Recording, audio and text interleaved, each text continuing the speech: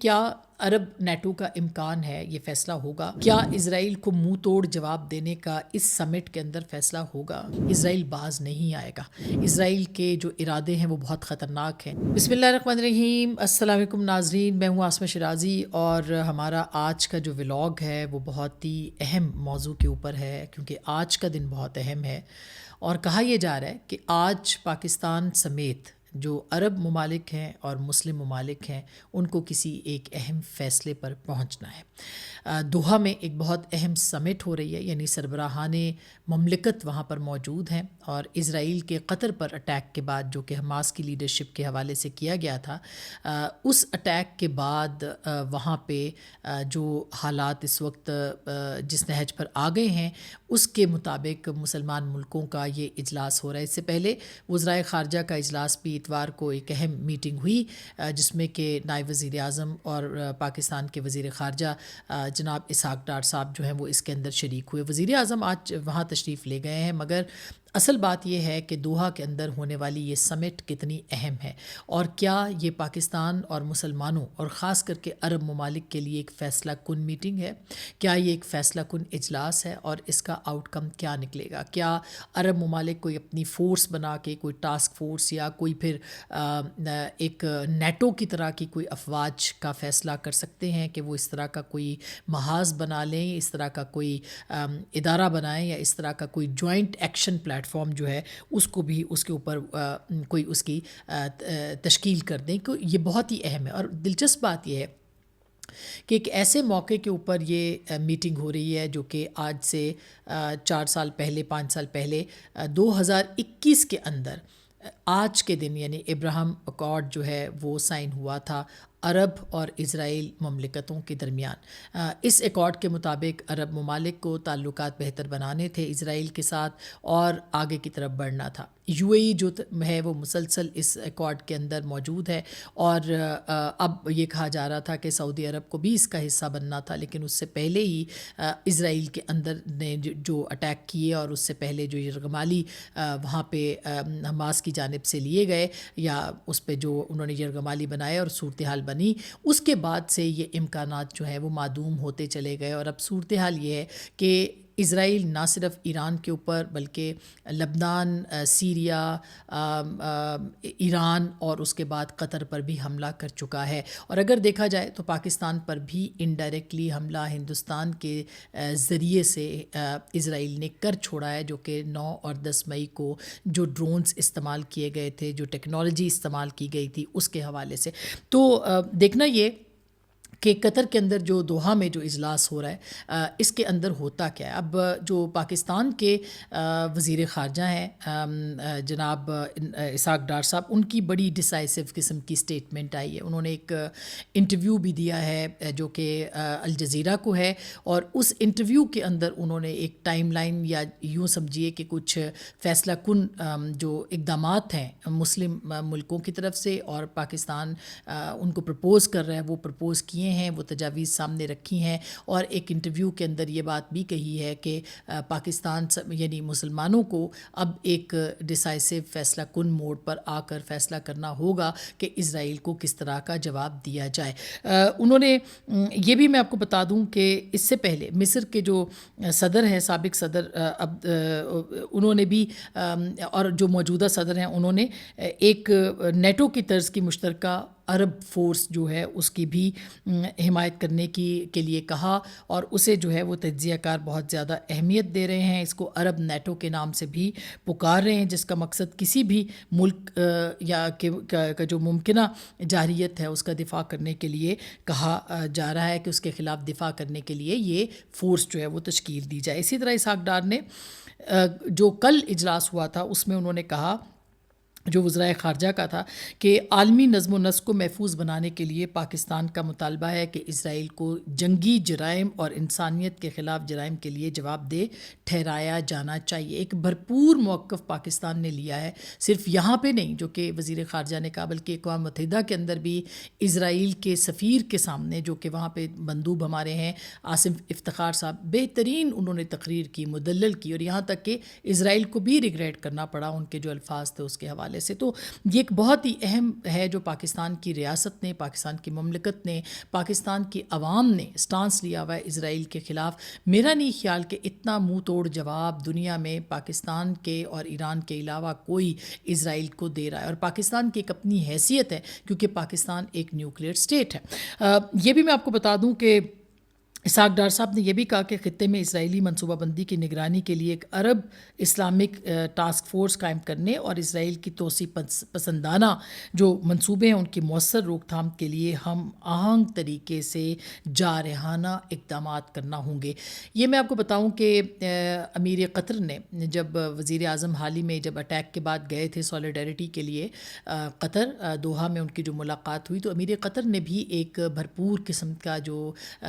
X کے اوپر اپنا پیغام جاری کیا تھا اور یہ کہا تھا کہ پاکستان کے ساتھ تعاون اور دو طرفہ تعلقات اور اس کے حوالے سے بات چیت کی گئی ہے. تو پوری دنیا اس وقت جو ہے وہ پاکستان کی طرف دیکھ رہی ہے اور پاکستان ایک اسٹرانگسٹ، ایک مضبوط ترین آواز کی صورت میں اس وقت کھڑا ہے جو کہ اپنے قدموں پہ کھڑا ہے اور اپنی سیکیورٹی کے مطابق کھڑا ہے. اور پاکستان نے ہندوستان کو جو جواب دیا ہے اس کے بعد پوری عرب دنیا اور مسلم امہ اس وقت پاکستان کی طرف دیکھ رہی ہے. میں آپ کو بتاؤں حال ہی میں عمان گئی تھی اور عمان میں جب ہم ایئرپورٹ پہ اترے تو وہاں پہ انہوں نے مجھے دیکھ کے کہا کہ مطلب میں کہاں سے ہوں. تو جیسے ہی میں نے پاکستان کہا تو انہوں نے تمام جو سیکیورٹی اہلکار تھے، 3-4 نوجوان تھے، انہوں نے پاکستان زندہ باد کا نعرہ لگایا. اسی طرح ٹرکی جانے کا اتفاق ہوا 10 مئی کے بعد، تو وہاں پہ بھی اسی طرح سے پاکستان کے لیے جذبات تھے. تو پوری یہ صرف ایک آدھے واقعات ہیں اور میں یقین سے آپ کو بتا سکتی ہوں کہ سعودی عرب نے ہمیں بہت سے دوستوں نے وہاں سے پیغام دیا ہے، بلکہ جو لوگ دیکھتے ہیں وہاں پہ ولاگ وہ بھی اپنا بتائیں کہ 10 مئی کے بعد پاکستان کی جو پوزیشن ہے وہ کس قدر عوامی سطح پر مسلم ممالک کے اندر کس قدر مضبوط ہوئی ہے. اور ان سب کا دفاع جو ہے وہ پاکستان کی طرف وہ دیکھ رہے ہیں کہ پاکستان کو کس طرح پاکستان نے اپنے آپ کو پروٹیکٹ کیا، ڈیفینڈ کیا اور دنیا کی ایک بڑی طاقت کو، بلکہ 2 بڑی طاقتوں کو، اسرائیل کو اور ہندوستان کو بیک وقت پاکستان نے جواب دیا. تو ایک اپرچونٹی پاکستان کے لیے بھی یہاں پہ موجود ہے کیونکہ ان سب ممالک کے پاس جو ہے وہ دفاعی اعتبار سے کوئی خاص ان کے پاس ٹیکنیکس نہیں ہیں، ان کے پاس اسلحہ بہت زیادہ ہے، اس کو چلانے کی ترکیب نہیں ہے، ان کے پاس وہ طریقہ کار نہیں ہے. اور پھر عرب ممالک کو یہ دیکھنا ہے اور ظاہر ہے اس کے لیے ان کو پاکستان کی اسسٹنس کی ضرورت پڑے گی اور پاکستان ان کو اسسٹ کر سکتا ہے، اس پوزیشن میں موجود ہے. دوسری طرف اگر آپ دیکھیں تو عرب ممالک جو ہیں انہوں نے تمام کے تمام اپنی جو پالیسی ایسی اختیار کی. مثلا قطر میں دیکھیں آپ نے وہاں پہ امریکی اڈے فراہم کیے، آپ نے وہاں پہ جو ہے وہ اپنی سیکیورٹی اور اپنے ادارے وہ تمام کے تمام اگر آپ دیکھیں ان کی جو سائبر سیکیورٹی ہے وہ خود ان عرب ممالک کے ہاتھ میں نہیں ہے. وہ کس کے ہاتھ میں ہے؟ وہ ایک بہت بڑا سوال ہے. اور اس وقت اگر آپ دیکھیں کہ جو اسرائیل کا ایک موڈ آف آپریٹس یعنی کہتے ہیں نا کہ جو طریقہ کار ہے، جو عمل درآمد ہے ان کا، جو جس طرح سے وہ حملے کرتے ہیں وہ ٹیکنالوجی کا استعمال کر رہے ہیں. آپ کو یاد ہوگا لبنان کے اندر جو پیجز پھٹے تھے، اسی طرح سے ایران کے اندر جو حماس کی لیڈرشپ کو نشانہ بنایا گیا، اسی طرح سے ایران کے اندر جو ان کے اپنے جو مختلف اہم رہنما تھے ان کو جس طرح سے نشانہ بنایا گیا. اور اسی طرح سے اگر آپ دیکھیں تو یہ جو قطر کے اندر ہوا اس میں بھی جو لیڈرشپ تھی وہ وہاں سے نماز پڑھنے کے لیے گئے اور کہا جاتا ہے کہ انہوں نے اپنے موبائل جو تھے وہ وہاں پہ چھوڑ گئے تھے اور وہ نماز پڑھنے کے لیے گئے اور ساتھ ہی جو مسجد موجود تھی اور اٹیک کر دیا گیا. اور یہ بھی جو حملہ تھا یہ اسرائیل اور امریکہ کی آشیرواد کے ساتھ ہوا. اور یہ جو ڈائلاگ کے لیے وہ وہاں پہ بیٹھے ہوئے تھے وہ بھی آشیرواد ان کی شامل تھی، یعنی اعتماد میں لے کے شیشے میں اتار کے اس کے بعد انہوں نے حملہ کیا. تو ایک تو ٹیکنالوجی اور دوسری طرف جو ہے وہ ان کے پاس جو اسلحہ اور یہ جدید ساری چیزیں ہیں ان کے حوالے سے، اور سیکیورٹی اور سیکیورٹی سائبر اٹیکس کو روکنے کے لیے. اور یہ بہت بڑا ہتھیار ہے، لوکیشن پتہ چل جاتی ہے کون کہاں پہ موجود ہے. اسی طرح سے یہ سارے معاملات جو ہیں ان کو انہوں نے، اور اسرائیل اس میں بہت آگے ہے، اس کی بنیاد کے اوپر انہوں نے حملے کیے ہر جگہ پہ. اگر آپ دیکھیں یعنی کمرے کے اندر انہوں نے اٹیک کیا، وہ غزہ کے اندر جو ان کے لیڈرشپ وہاں پہ موجود تھی، وہاں انہوں نے ایگزیکٹلی اس جگہ پہ اٹیک کیا. اسی طرح سے اسماعیل ہانیہ کی جو شہادت ہوئی ایران کے اندر، وہ بھی انہوں نے عین اس جگہ پہ اپارٹمنٹ کے اندر جو ہے وہ انہوں نے حملہ، اس بلڈنگ کو حملہ کیا، اور